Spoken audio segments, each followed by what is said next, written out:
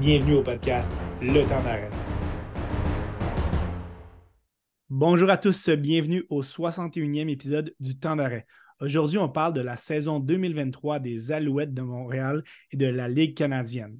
Très heureux de recevoir Pablo Herrera Vergara, qui est un chroniqueur LCF et qui suit de manière très, très assidue les activités du football canadien. Pablo, ça va bien? Ça va très bien, merci. Merci de l'invitation. Grand Ben, plaisir d'être ici. c'est un plaisir pour moi de te recevoir. Tes analyses, autant sur Twitter dans différents médias, sont vraiment appréciées. C'est le fun d'avoir un chroniqueur qui suit ça et qui met un petit peu ses analyses sur Internet. Il n'y a pas beaucoup de médias francophones qui va y aller de play-by-play. Puis c'est le fun de pouvoir suivre la ligue au complet avec toi de cette manière. Si tu le veux bien aujourd'hui, on va parler de la saison des Alouettes en son entier, là, ce qu'on a déjà pu se mettre sous la dent, ce qui est à venir un petit peu. Donc, on va parler des différents blocs dans une équipe. On le sait, là, surtout au football, c'est séparé en plusieurs fractions, mais on va analyser et présenter l'équipe de cette manière-là. Les Alouettes ont eu un début de saison quand même très positif. On a eu une victoire. Ensuite, on a eu une semaine de congé. Ça fait du bien après un long camp d'entraînement. Par la suite, une autre victoire et s'en s'est suivi trois défaites de suite. Mais il faut le dire, c'est contre vraiment les trois meilleures équipes de la Ligue en Winnipeg, Mhm. Colombie-Britannique et Toronto. On était en ce moment dans une autre semaine de congé, donc on a quand même 2 semaines assez rapprochées. On reviendra au jeu la semaine prochaine contre Calgary. Parle-moi un petit peu du saison des Alouettes qui est en 2 temps, là. Oui, absolument. Écoute, comme tu l'as mentionné d'entrée de jeu, je pense que la force des rivaux est quand même assez différente. Les deux premières victoires, les Alouettes avaient des rivaux qui, oui, de section, mais qui n'ont pas présenté leur meilleure facette, du moins lors de ces premiers matchs-là. J'ai des souvenirs d'une équipe de l'autre côté qui était assez faible les deux premiers matchs de la saison, mais quoi Ouais. qu'il en soit, les Alouettes ont quand même trouvé le moyen d'aller chercher ces matchs-là, puis on le sait. Dans la Ligue canadienne, l'important, c'est d'aller chercher des victoires parce que c'est ça qui est important à la fin de la saison. Puis des fois, on dit c'est pas nécessairement le comment, mais c'est le fait d'aller chercher ces victoires-là. Puis les Alouettes ont fait ça. Donc, ils sont allés chercher ces deux victoires-là, mais je pense que comme plusieurs partisans des Alouettes, il y avait certaines craintes à avoir lorsque Vraiment. les trois matchs, les trois autres matchs sont arrivés. Parce que justement, on voyait que oui, cette équipe-là avait du potentiel, mais que pour l'instant, ça ne cliquait pas exactement, ça ne cliquait pas parfaitement. Puis on savait qu'il y avait des équipes redoutables en face, puis c'est exactement ce qui est arrivé lors des trois autres matchs. Et on doit le dire, la performance contre les Argonauts était nettement plus convaincante que contre les deux rivaux de l'Ouest. On dirait que cette pause est arrivée quand même à un bon moment. Ça va permettre à l'entraîneur Jason Moss de remettre certaines choses au point, de repartir avec des nouvelles bases. Parle-moi un petit peu du travail que tu as vu de l'équipe d'entraîneurs, principalement de Coach Moss, on a seulement 5 parties de distribuer au calendrier et je ne sais pas si tu es d'accord avec moi. Par moments, je l'ai trouvé un petit peu irritable et je l'ai trouvé assez sec dans ses réponses avec les journalistes. On n'est pas dans une situation où on est à 2 victoires et 10 défaites. C'est encore le début de la saison. De mon côté, je trouvais ça un petit peu tôt pour être Mhm. un petit peu à prendre avec des pincettes. Je pense que ça a été Mhm. ça pendant quelques semaines avec Coach Mhm. Moss. Et effectivement, les performances de l'équipe ne faisaient pas nécessairement en sorte que tout était joyeux autour de l'équipe, mais je serais curieux d'avoir ta perception. Ce qu'il faut savoir à la base, c'est que Coach Moss, c'est un entraîneur assez intense, hein. Puis on l'a vu lors de son passage à Edmonton, c'était monsieur qui cassait des casques d'écoute à n'en plus finir sur les lignes de côté quand son équipe n'allait pas bien. Puis c'est quelqu'un qui, malgré tout, a quand même retrouvé une certaine tranquillité versus ce qu'on a déjà connu. Parce que moi, je me rappelle des conférences de presse à Edmonton. Des fois, c'était pire que ce qu'on a vu à Montréal. OK. Ceci étant dit, je suis d'accord avec toi. C'est sûr qu'à certains moments, il était à prendre avec des pincettes parce que on lui parlait notamment de sa ligne à l'attaque qui accordait énormément de sacs du corps. Puis je pense qu'on aura l'occasion d'en reparler, la ligne à l'attaque, Absolument. mais dans son ensemble, c'est que moi, ce que j'ai trouvé, c'est qu'il n'a jamais vraiment envoyé ses joueurs sous l'autobus, si on veut. Puis, tu sais, il a vraiment pris le blanc par rapport à tout ce qui se passait au niveau communication. Il a parlé énormément de communication, mais les journalistes, évidemment, leur travail, c'est poser des questions par rapport à ce qui allait pas. Puis Ouais. la protection sur Cody Fajardo, c'est toujours un sujet d'actualité, même encore aujourd'hui. Donc, c'est normal que les journalistes lui posent la question. Puis, je pense qu'à un moment donné, je pense il se sentait obligé tu sais, encore une fois, défendre ses joueurs, puis il a décidé de prendre sur lui, puis de se fâcher un peu, puis de regarde, on travaille là-dessus, puis on va s'améliorer, puis je vous promets, ça va changer. Mais je pense que de façon générale, je pense que c'est correct. C'est une De belle problème chose. avec ça. J'ai pas de problème avec ça tant que ça reste contrôlé, tant que ça reste comme c'est en ce moment, parce que on sait que c'est un entraîneur, évidemment, qui est extrêmement exigeant envers ses joueurs, mais qui en même temps est capable de reconnaître l'effort, comme il l'a fait après quelques défaites, là, notamment les deux dernières. Lançons-nous directement dans l'analyse des deux sphères de l'équipe, hein, l'attaque et la défense. Commençons avec l'attaque et le travail de Cody Fajardo dans les 5 premières parties qu'il a disputées. Quelques statistiques, là, en bref, c'est 1400 verges par la passe, un pourcentage d'efficacité de 60,2 de passes complétées, 5 touchés, 3 interceptions. On a vu quand même plusieurs longs jeux réussis. Sont plus loin de 69 verges. Donc, on a vu des beaux flashs. C'est sûr, on en parlera juste après le travail de Fajardo. Le travail Mhm. de sa ligne offensive ne l'a pas aidé, mais on a vu quand même des belles choses du côté de Fajardo qui, de plus en plus, risque d'être à l'aise dans ce système de jeu-là. Absolument, puis surtout qu'il travaille avec Jason Moss depuis quelques années maintenant, vu que c'était son coordonnateur offensif en Saskatchewan. Par rapport à Cody Fajardo, j'ai pas grand-chose à dire par rapport à son travail. C'est un joueur qui pense que la défensive lui donne, force pas nécessairement les ballons, puis c'est quelque chose que j'apprécie, puis je pense que les partisans apprécient à Montréal un carrière qui est capable d'assumer, puis il va prendre quelques serres à l'occasion, mais il va pas lancer d'interception. Moi, je pense que le carrière qui, comme je le dis, prend ce qu'il a. C'est sûr qu'à quelques moments, on aimerait voir une meilleure efficacité dans la zone payante, mais c'est encore là, je pense que c'est quelque chose qui va devenir meilleur plus la saison va avancer. Mais par rapport à Fajardo, la seule chose que je peux lui reprocher, c'est que moi, ce que je trouve, c'est qu'il recule énormément dans sa zone de protection lorsqu'il C'est vrai. reçoit le ballon. Puis, comme je le dis tantôt, on aura la chance de reparler de la ligne à l'attaque, mais au niveau de Cody Fajardo en tant que carrière, en tant que joueur, tu ne peux pas reculer diverges dans ta zone de protection parce que tes bloqueurs n'ont pas nécessairement la vitesse pour aller chercher que ce soit des demi-défensifs ou des secondaires qui arrivent sur les côtés, puis d'aller justement les retenir pour qu'ils ne se rendent pas à diverge. Donc, ça, c'est beaucoup plus difficile à faire. Mais mis à part ça, je pense que je pense qu'il fait ce qu'il a à faire pour l'instant. Puis, moi, ce que j'aime par rapport à Cody Fajardo, c'est que c'est un joueur qui est vraiment dédié à l'équipe. Puis, on peut revenir à Trevor Harris de l'an passé, parce que Ouais. j'ai jamais été un grand partisan de Trevor Harris personnellement. Moi non plus. Oui, c'est un corps arrière qui est extrêmement efficace, lance pour à peu près 70% de ses passes à tous les matchs, mais c'est pas le joueur qui, lors des moments importants, va être capable de justement passer à un autre niveau, puis emmener l'équipe sur ses épaules, puis sentir vraiment comme un leadership dans une équipe. Puis moi, je pense que Cody Fajardo, il réussit ça. Là où Cody Fajardo va se rendre, les Alouettes vont se rendre. Puis j'ai l'impression que ça pourrait payer en séries éliminatoires. Là, on est encore tôt.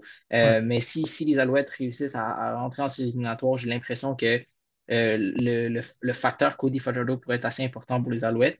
Puis, c'est quelqu'un qui progresse énormément. L'an passé, saison difficile, énormément de blessures dans son cas. Donc, moi, j'ai pas à le reprocher pour ça, là. On en pourra parler de J'aime. la gestion de Craig Dickinson, mais oui. J'aime le point que tu as amené sur le fait que Fajardo reculait. On va faire une transition en même temps Mhm, avec le travail de la ligne offensive. C'est jamais 100% la faute des 5 bonhommes qui sont là, qui mhm, font leur travail.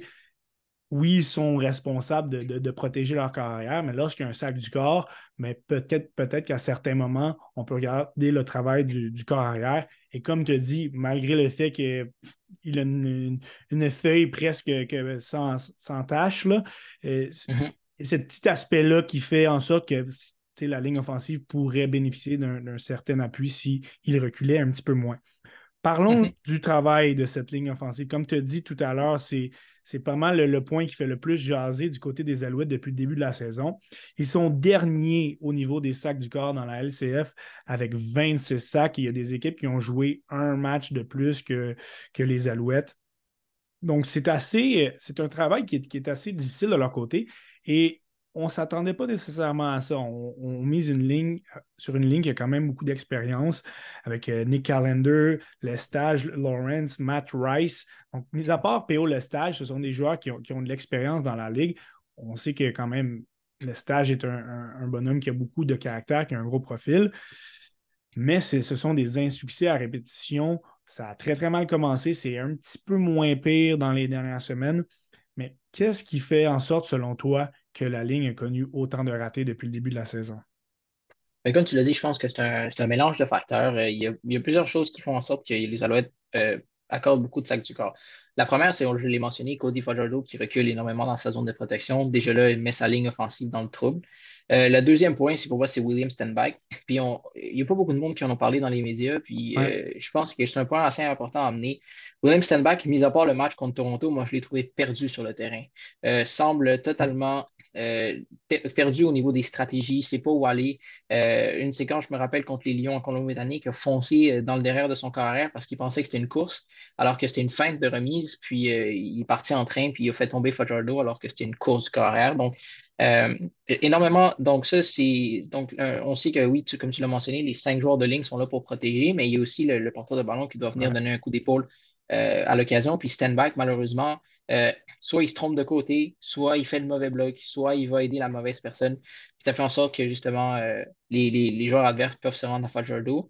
Puis Euh, euh, ultimement, euh, je pense que non, oui. vas-y, finis ton point. Ouais, ben, j'allais juste dire que l'autre point, c'est pour moi, c'est la ligne offensive en tant que telle, parce que oui, Ouais. on peut parler des autres, mais je pense doivent aussi se regarder dans le miroir parce que le jeu au sol ne marche tout simplement pas depuis le début chez les Alouettes, Absolument. depuis le début de la saison chez les Alouettes de Montréal. Puis souvent, qu'on le veuille ou non, le football, il y a beaucoup de X, beaucoup de O, mais à un moment donné, c'est du jeu physique. Puis c'est la ligne Ouais. offensive contre la ligne défensive adverse, puis les Alouettes ne sont pas capables d'aller chercher ces trous-là.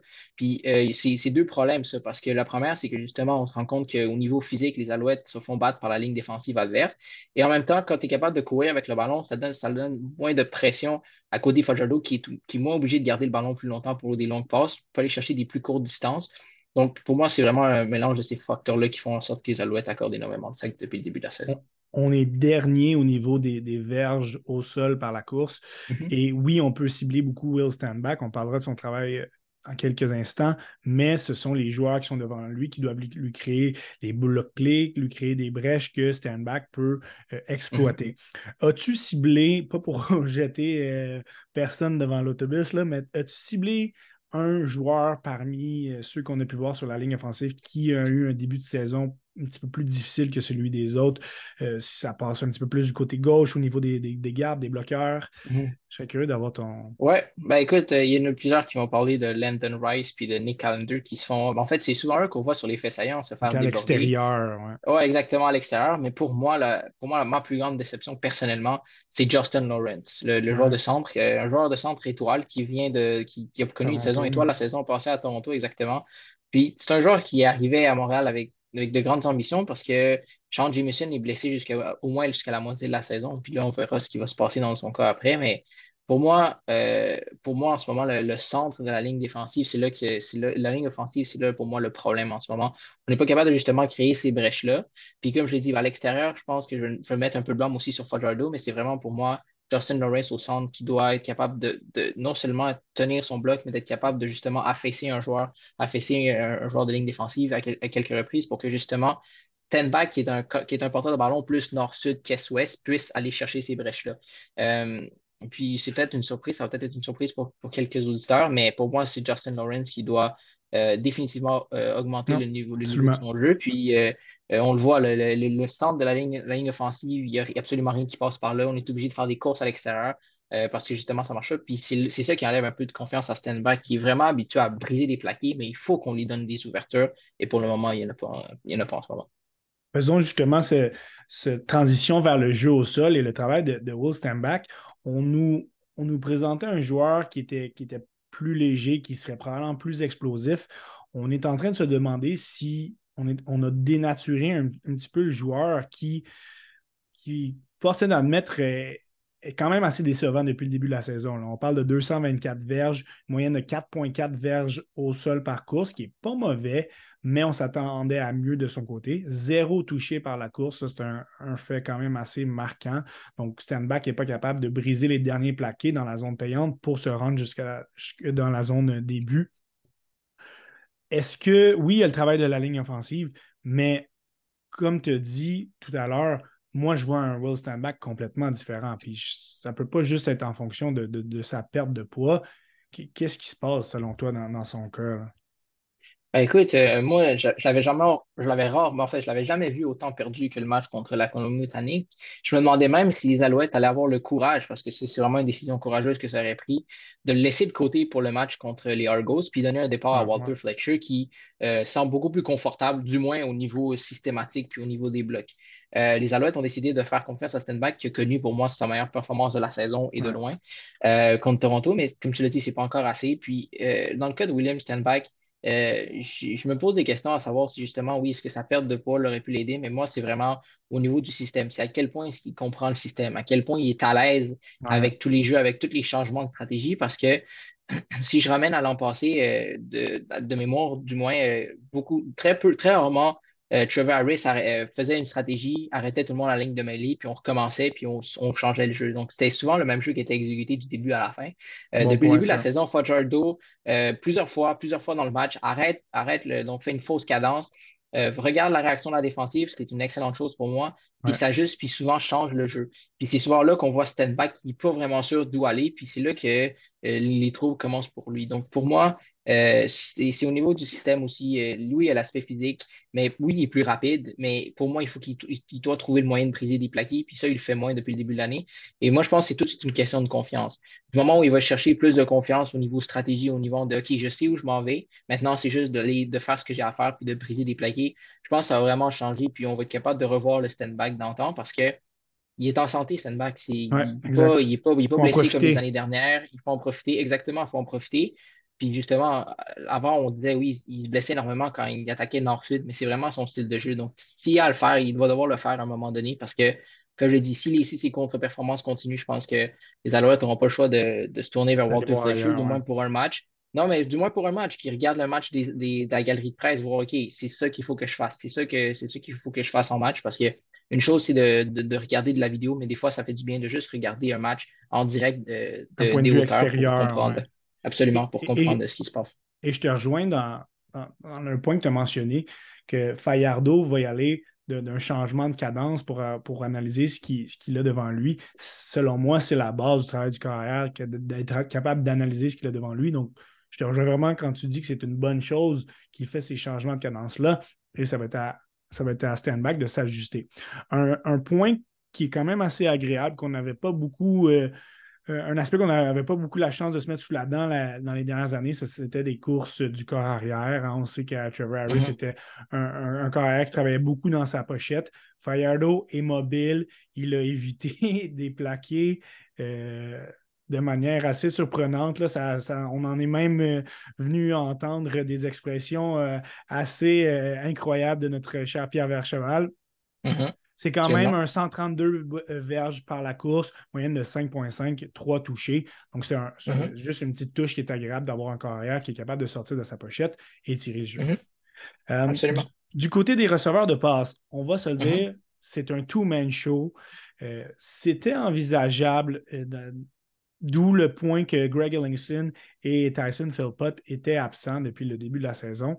Mais là, c'est vraiment, on a la chance d'avoir sous nos yeux l'émergence de deux jeunes receveurs américains. Pas américains, pardon, un américain, un canadien. Austin Mack, 458 verges.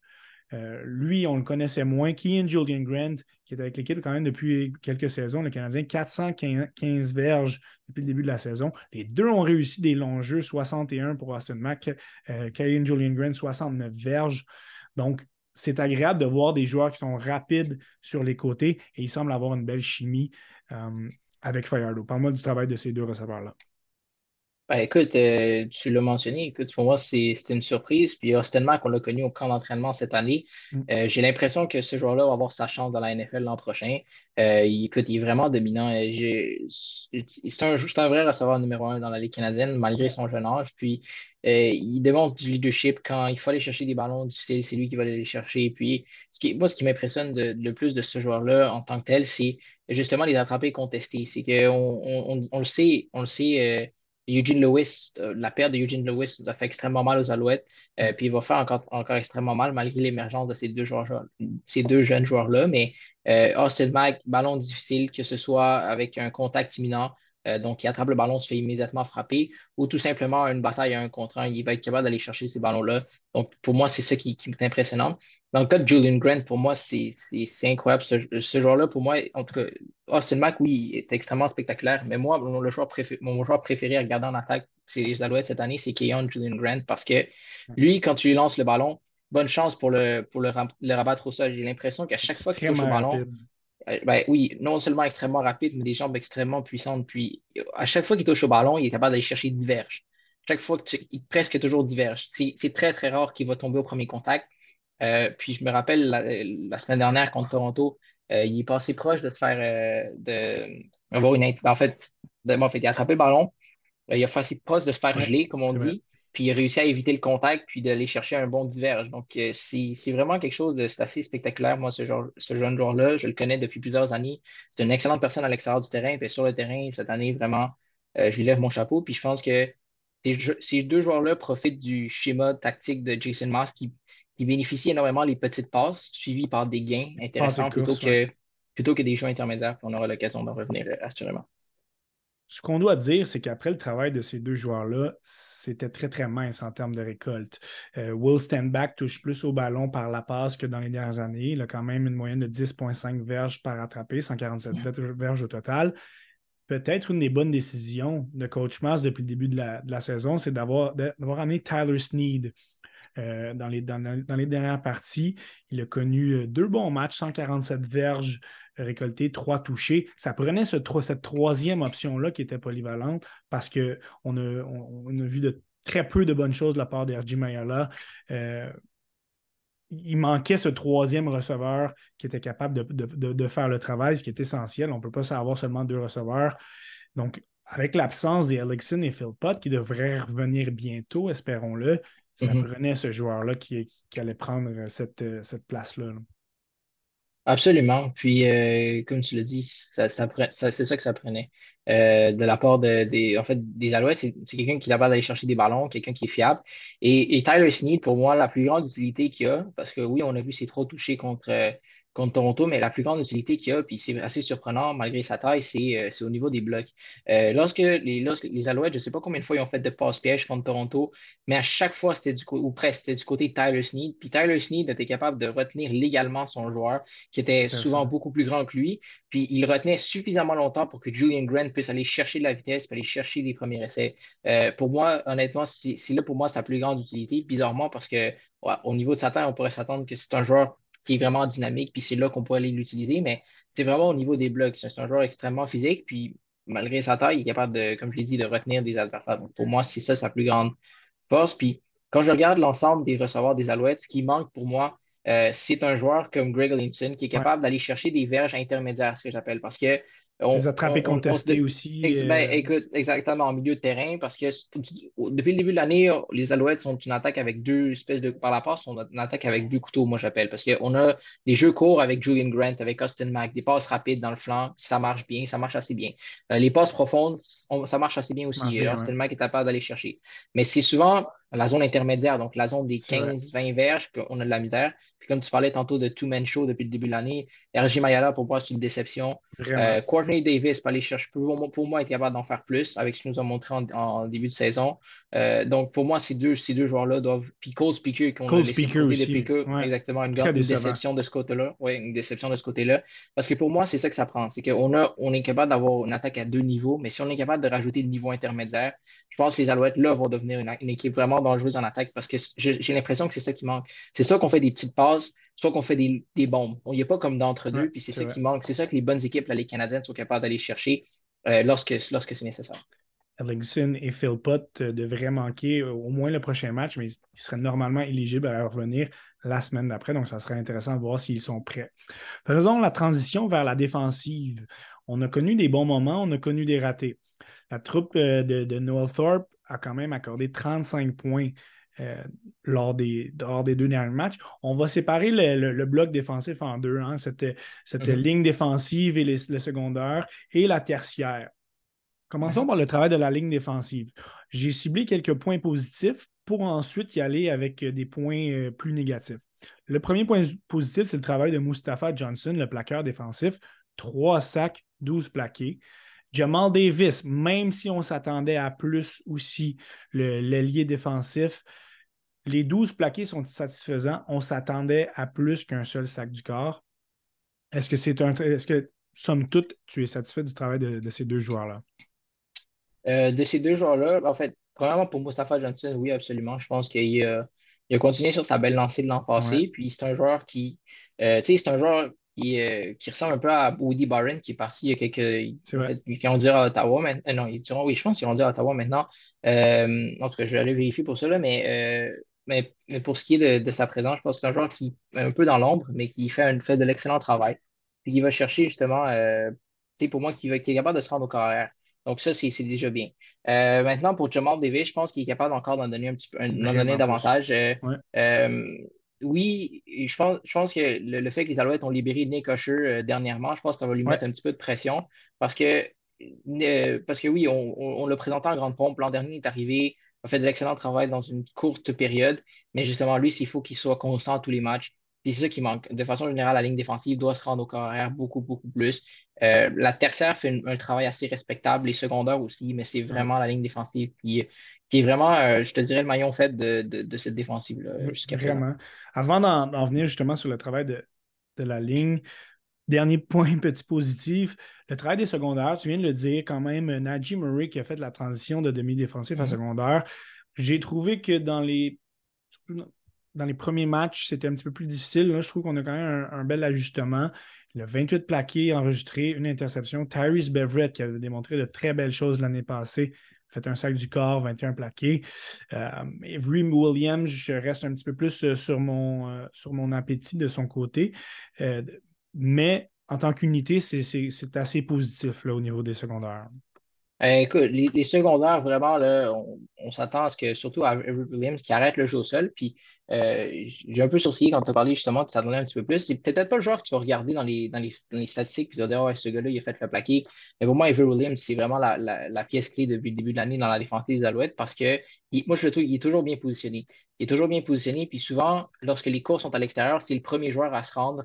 Puis, c'est lui qui force le porteur de ballon à revenir dans le centre, dans les bras de ses coéquipiers. Puis quand il s'agit de punir quelqu'un, il est capable de le faire aussi. Donc, de ce côté-là, je pense que moi, je n'ai pas noté une grande, grande différence avec le départ de Micah Howie, qui est rendu à Calgary maintenant, Ouais, puis dans ce c'est point-là, lui qui ouais. a pris sa place. Mais oui, en effet, pour les deux autres secondaires, je pense que de façon générale, on fait un bon travail. On est capable de limiter le jeu au sol. Puis encore là, de façon générale, j'ai pas grand-chose à dire de cette unité-là. Euh, Puis évidemment, il faut regarder l'unité en général, mais niveau jeu au sol, je pense que c'est assez respectable. Puis c'est encore là, c'est Ouais. d'être capable d'arrêter l'adversaire puis de les forcer à des longs deuxièmes essais. Je pense que depuis le début de l'année, c'est quand même assez bien réussi de ce côté-là. Tempérer un petit peu ce que je voulais dire. J'avais peut-être des très grosses attentes envers Avery OK. Williams. Quant Ouais, je à comprends. son profil qui venait d'Ottawa, il fait du travail Mhm, très honnête, effectivement, des petits détails parfois qu'on va peut-être mhm. un petit peu moins remarquer que tu viens d'analyser, qui ont vraiment, vraiment apprécié. Euh, le point négatif de cette défensive-là, puis tu en as parlé, c'est le travail de la ligne défensive pour se rendre au carrière. On avait des statistiques tout simplement inacceptables. On a seulement 7 sacs du corps. On est dernier de la Mhm, CFL. On a libéré Nick Usher récemment qui faisait du travail pas loin d'exécrable. Il avait seulement un sac du corps, mais on ne le voyait pas. On dirait qu'il mhm, n'avait pas la volonté. C'était loin d'être le joueur d'antan. Depuis, on a fait une belle signature. On a confirmé aujourd'hui même l'arrivée de Sean Lemon, qui est un mhm. ancien joueur étoile là, avec les Stampeders. Je pense que ça va venir aider cette unité-là. Mais on parle quand même d'une unité qui a accordé 99,6 verges au sol par la course. On est au 6e rang à ce niveau-là.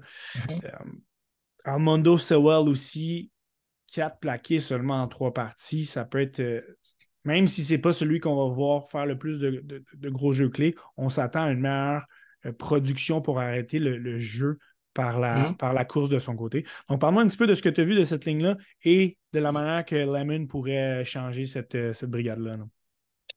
Ben écoute, pour moi, j'ai de la misère à croire que Sean Lemon n'a pas réussi à se trouver de l'emploi depuis le début de l'année. Peut-être Je que ses suis demandes assommé, salariales honnêtement. étaient Je comprends Ah pas. ben, ses demandes salariales étaient peut-être assez élevées, mais c'est une équipe qui est capable de se le payer, c'est les Alouettes de Montréal, avec le peu d'argent qu'on a eu pour signer les joueurs autonomes. Puis, Ouais. justement, on a dû faire un peu de travail de dernière minute pour aller chercher des joueurs autonomes. Mais du côté de Sean Lemon, je pense qu'il y a encore beaucoup de bon football en lui à donner. C'est un joueur qui a réussi 14 sacs du corps la saison dernière. Là. C'est énorme pour un joueur de Ouais. ligne. Puis, honnêtement, c'est un joueur tout étoile la saison dernière dans la Ligue canadienne. Puis, comme je dis, j'ai vraiment de la misère à croire que les Lions l'ont laissé partir en début de saison. Mm. Mais écoute, les Alouettes s'en plaindront pas. Puis je pense que au-delà de ce qu'il peut apporter sur le terrain, moi, c'est pour moi ce qu'il peut apporter au niveau d'un peu d'un réveil, un peu d'un réveil de la ligne défensive, un peu de réveil de l'équipe en général. Ouais, Parce que c'est Nick vrai. Usher, c'est un joueur extrêmement apprécié au sein du vestiaire. C'est un joueur qui était là depuis longtemps. C'est un ancien coéquipier dans mon Sewell. Je sais que Lemon aussi en était un, mais tu sais, c'était des joueurs qui venaient d'Edmonton. Puis on sait le lien que Machocha a avec Edmonton. Justement, je pense qu'il y avait, à un certain moment, il y avait beaucoup de joueurs de ligne défensive qui venaient d'Edmonton. Ouais. Un Le Mike Moore est peu parti. trop. Le Nick Usher est parti. Là, je pense que ça va être intéressant de voir ce qu'il va amener. J'ai hâte de le voir sur le terrain, en fait. J'ai juste vraiment hâte de le voir sur le terrain, Ouais. voir ce qui va arriver. Puis, lui, ce qui est intéressant, c'est qu'il a un objectif en tête, d'aller chercher les 100 sacs du corps là, dans sa carrière. Donc, je pense que ça va être assez intéressant à suivre ce dossier-là, puis de voir à quel point il va avoir un impact. Mais je suis vraiment content de son acquisition, puis j'ai hâte de voir. Puis, moi, je te le dis à toi, là, mais l'autre joueur que j'aurais aimé ça voir aller, que les Alouettes aillent chercher, c'est Derek Dennis, Oui. l'excellent joueur de ligne Ouais, offensif. écoute, pour moi, j'ai de la misère à croire aussi qu'on n'y a pas, on lui a pas trouvé d'emploi dans la Ligue canadienne. Supposément qu'il a pris sa retraite, mais dans la Ligue OK. canadienne, une retraite, ça ne dure jamais longtemps. Donc, non, moi, j'ai hâte de voir ce qui va se passer dans ce dossier aussi, Très là. hâte Mais aussi de pour le voir. l'instant, Très hâte aussi de voir mhm, Lemon qui risque, comme tu l'as dit, de dynamiser cette équipe. Parlons du travail de la tertiaire. Plusieurs points positifs.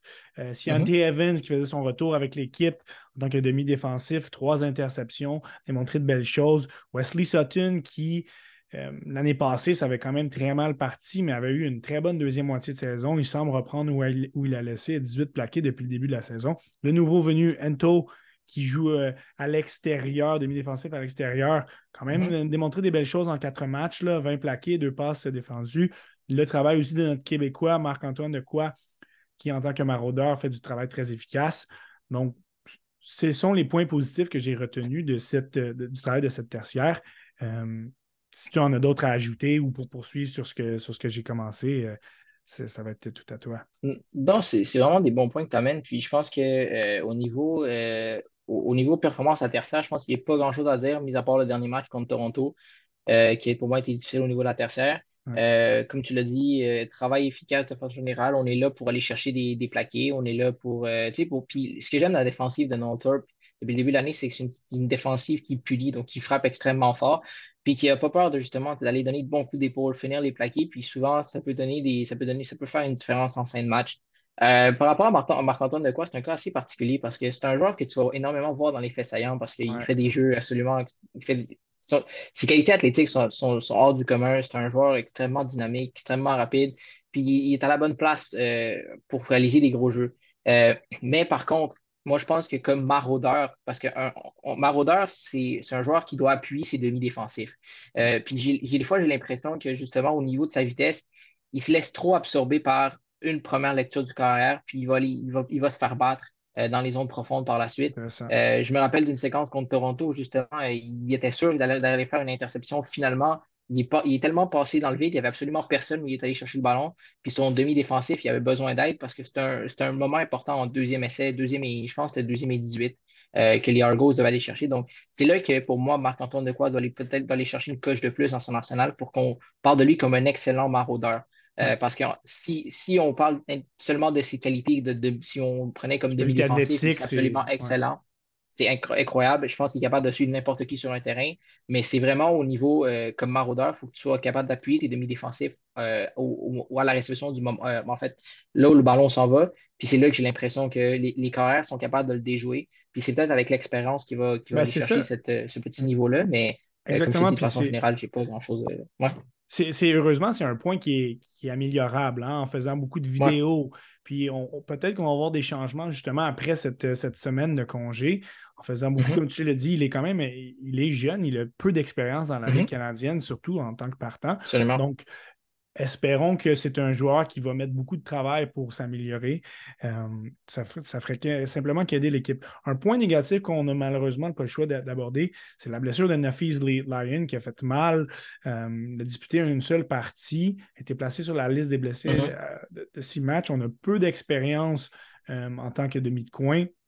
Donc, j'ai trouvé que ça paraissait à certains moments, cette perte de Lyon. Outre ça, c'est quand même une unité qui, selon moi, fait du bon travail. La Euh, perte de Ciante Evans aussi, je veux juste finir ouais, là-dessus, là, parce que Ciante Evans, il était censé revenir au jeu lors du dernier match. Il n'a pas été capable, mais lui aussi, c'est une perte extrêmement difficile pour les Alouettes.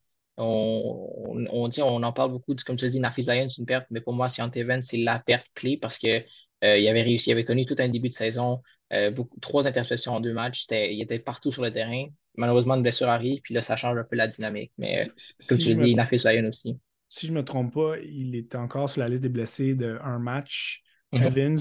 Donc, c'est quand même positif. On ne l'a pas mis sur la liste des blessés pour 6, donc Non, pourrait non. revenir dès le prochain match. Donc, espérons-le. Parlons du travail quand même très positif des unités spéciales. Je pense que s'il y a Mhm.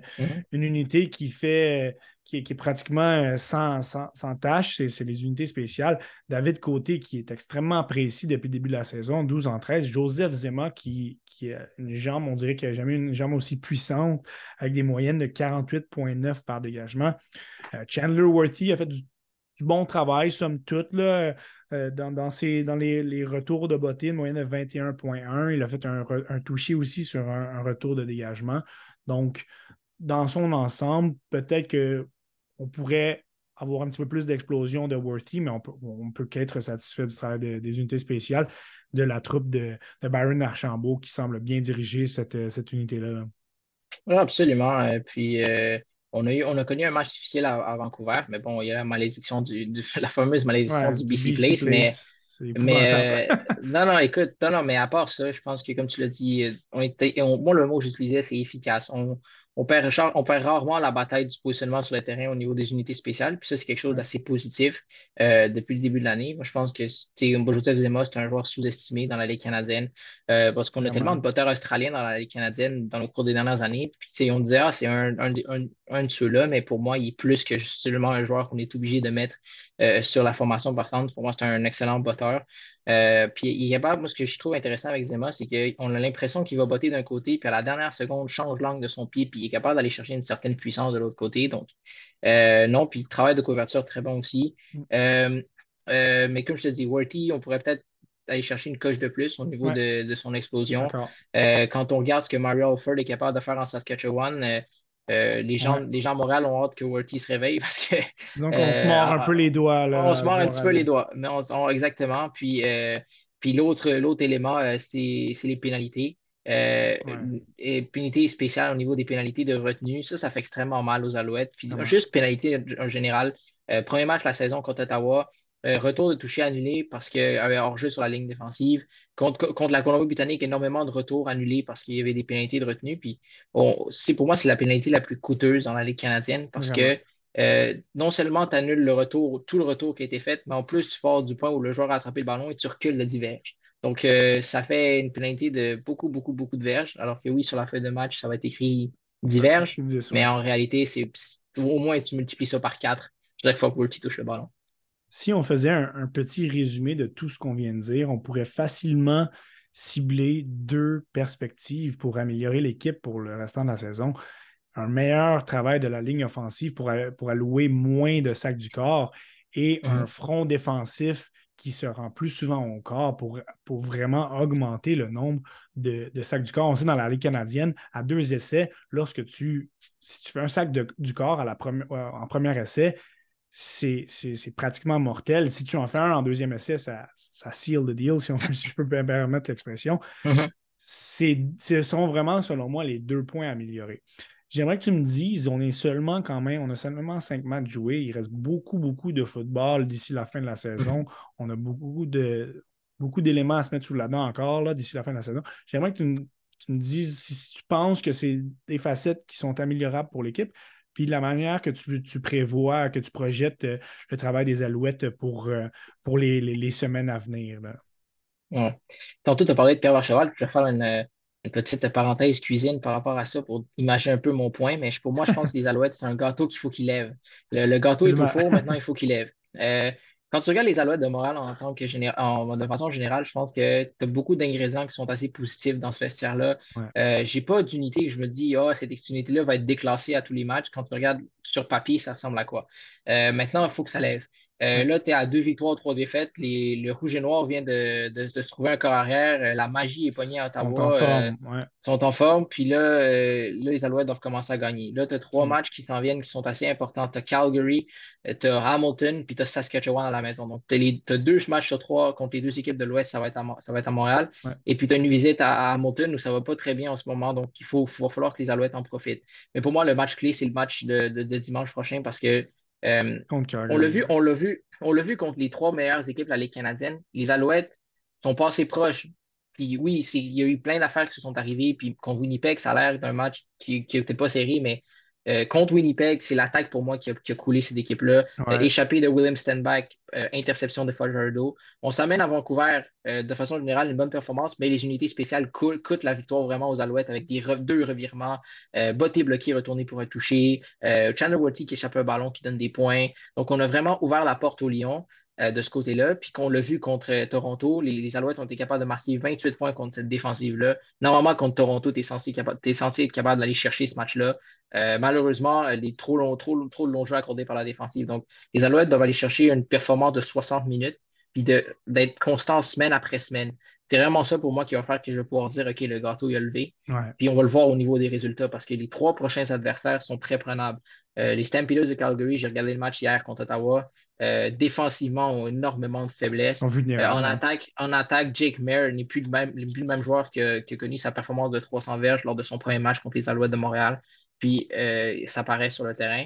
Donc, tu sais, puis après ça, Hamilton, je l'ai mentionné, puis Saskatchewan qui sont privés de Trevor Harris pour un bon bout de temps, sinon Ouais. jusqu'à la fin de la saison. Donc, vraiment, il faut que le gâteau lève. Puis il y a pour moi, tous les ingrédients sont là pour que ça lève. Puis on vient de rajouter Sean Lemon en plus. Je pense que C'est tout est en positif. place exactement, tout est en place Pour, pour que les Alouettes pour connaissent du succès. terminer, si je te demandais de te projeter un petit peu plus loin puis d'y aller, d'une prédiction d'où finira l'équipe dans l'Est, Mhm. Toronto semble inatteignable avec leur fiche immaculée de 5 victoires, aucune défaite. Où tu les placerais en fin de saison par rapport au classement de l'Est? Là? Moi, j'ai l'impression que les Alouettes vont trouver le moyen d'aller finir deuxième de l'Est. OK, très bien. Ouais, écoute, je pense que les Alouettes vont être capables d'aller chercher le deuxième rang. Ça va jouer pour moi entre la deuxième et au troisième rang. Puis il y a un seul joueur qui est capable de changer ça pour moi, qui change la donne pour moi, c'est Dustin Crum, carrière du Rouge et Nord d'Ottawa. S'il continue sur ses performances hallucinantes, les Alouettes sont mieux de bien se tenir, mais j'ai l'impression qu'à un moment donné, ça va un peu redescendre. Il va redescendre un peu de son nuage, Dustin Crum. Donc, je pense que les Alouettes vont être capables d'aller chercher le deuxième rang, surtout qu'ils ont déjà une victoire en poche contre le Rouge et Noir. Donc, au niveau du bris d'égalité, il reste encore 3 matchs entre les 2 équipes, mais c'est déjà une victoire pour les Alouettes d'acquise.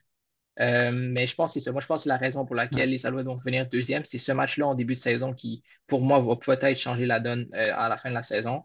Mais moi, je pense que c'est vraiment là. Puis j'ai l'impression que les Alouettes sont capables d'aller se rendre en finale de l'Est. Puis regarde, là, ça va être là de compétitionner contre Toronto. C'est Toronto, je l'ai tweeté en début de semaine, leur plus grand ennemi, c'est eux-mêmes. C'est une équipe Ouais. extrêmement indisciplinée, extrêmement confiante. Écoute, l'arrogance. Écoute, il y a beaucoup, beaucoup d'arrogance de la part de cette équipe-là. On le voit sur le terrain. Puis jusqu'à présent, ils ont du succès, mais ils ouvrent la porte à tous leurs adversaires. Depuis le début de la saison, ils ont ouvert la porte à tous leurs adversaires de gagner le match. Maintenant, c'est qu'une équipe doit être capable d'aller prendre cet avantage-là, puis de justement enfoncer les derniers clous, puis de leur faire mal, ce que personne n'a été capable de faire jusqu'à présent. J'encourage les gens à syntoniser de temps en temps le RDS pour regarder un match des Alouettes. On sait, on entend souvent de la critique là, de le football de la Ligue canadienne est pas mal moins excitant que la NFL, mais regardez C'est pas vrai. c'est pas vrai. Puis regardez un match de football principalement des Alouettes, parce que oui, c'est l'équipe de notre ville. Les plus passionnés comme toi vont regarder les matchs des autres formations, mais juste regarder notre équipe, il y a un sentiment d'appartenance qui est fort. C'est du jeu qui est explosif, c'est du jeu qui est intéressant, c'est du jeu qui est très, très méthodique. Donc, Mhm. avoir la chance aussi d'aller voir un match au stade Percival Molson, ça fait une des belles soirées potentielles ou journées en après-midi qu'on peut avoir dans un été ou Absolument. l'automne. La vue sur la montagne, c'est une expérience qu'il faut prendre en considération. C'est quelque chose d'unique. Et si les gens ne sont jamais allés voir les Alouettes en face, en propre, je les encourage parce que c'est vraiment une expérience qui est enrichissante et qui est très, très Absolument. agréable. Merci beaucoup, Pablo, d'avoir été là. On a fait quand même un bon résumé des Alouettes et on a touché un petit peu en même temps aux autres équipes de la Ligue canadienne. Je pense que c'était vraiment c'est une mission accomplie de présenter un petit peu ce qu'on a vu depuis le début de la saison en présentant l'équipe. Donc, ce fut vraiment très, très agréable de t'avoir, Pablo. Puis, vraiment, là, on va continuer à te suivre principalement sur Twitter dans les prochaines semaines pour avoir accès à tes analyses. Ça m'a fait plaisir. Écoute, un grand merci de m'avoir invité. Puis, comme je dis, c'est toujours le fun de parler à l'Ouest. Tu l'as dit, une Vraiment. belle expérience au stade. Puis, j'invite, même chose, j'invite les gens à venir voir un match des Alouettes en personne. C'est une expérience assez unique. Puis, il y a du bon football qui joue au Canada. Puis, ça, je l'entends souvent, la NFL, c'est beaucoup Ouais. mieux. Mais regardez dans les dernières semaines, là, il y a eu quelques matchs assez spectaculaires dans les Canadiennes, des matchs qui se sont décidés jusqu'à la toute fin. Non, c'est vraiment du football absolument excitant. Puis, je vais toujours défendre, moi, la Ligue canadienne pour n'importe qui me présente Corps un et argument de la âme. NFL. Variable, absolument, parce que, écoute, c'est chez nous, premièrement, c'est chez nous. Absolument. Faut se Faut battre être pour fier de notre ce qu'on équipe. a. Exactement. Faut être fier de ce qu'on a, puis justement de notre produit aussi. Moi, je me batte là-dessus. C'est un excellent divertissement comme la NFL. J'adore le football, mais j'aime bien suivre les Alouettes, absolument. Merci encore, Pablo. Bonne fin de saison des Alouettes à tous et merci à tous d'avoir été là. Et on se dit à un autre prochain épisode du Temps d'arrêt.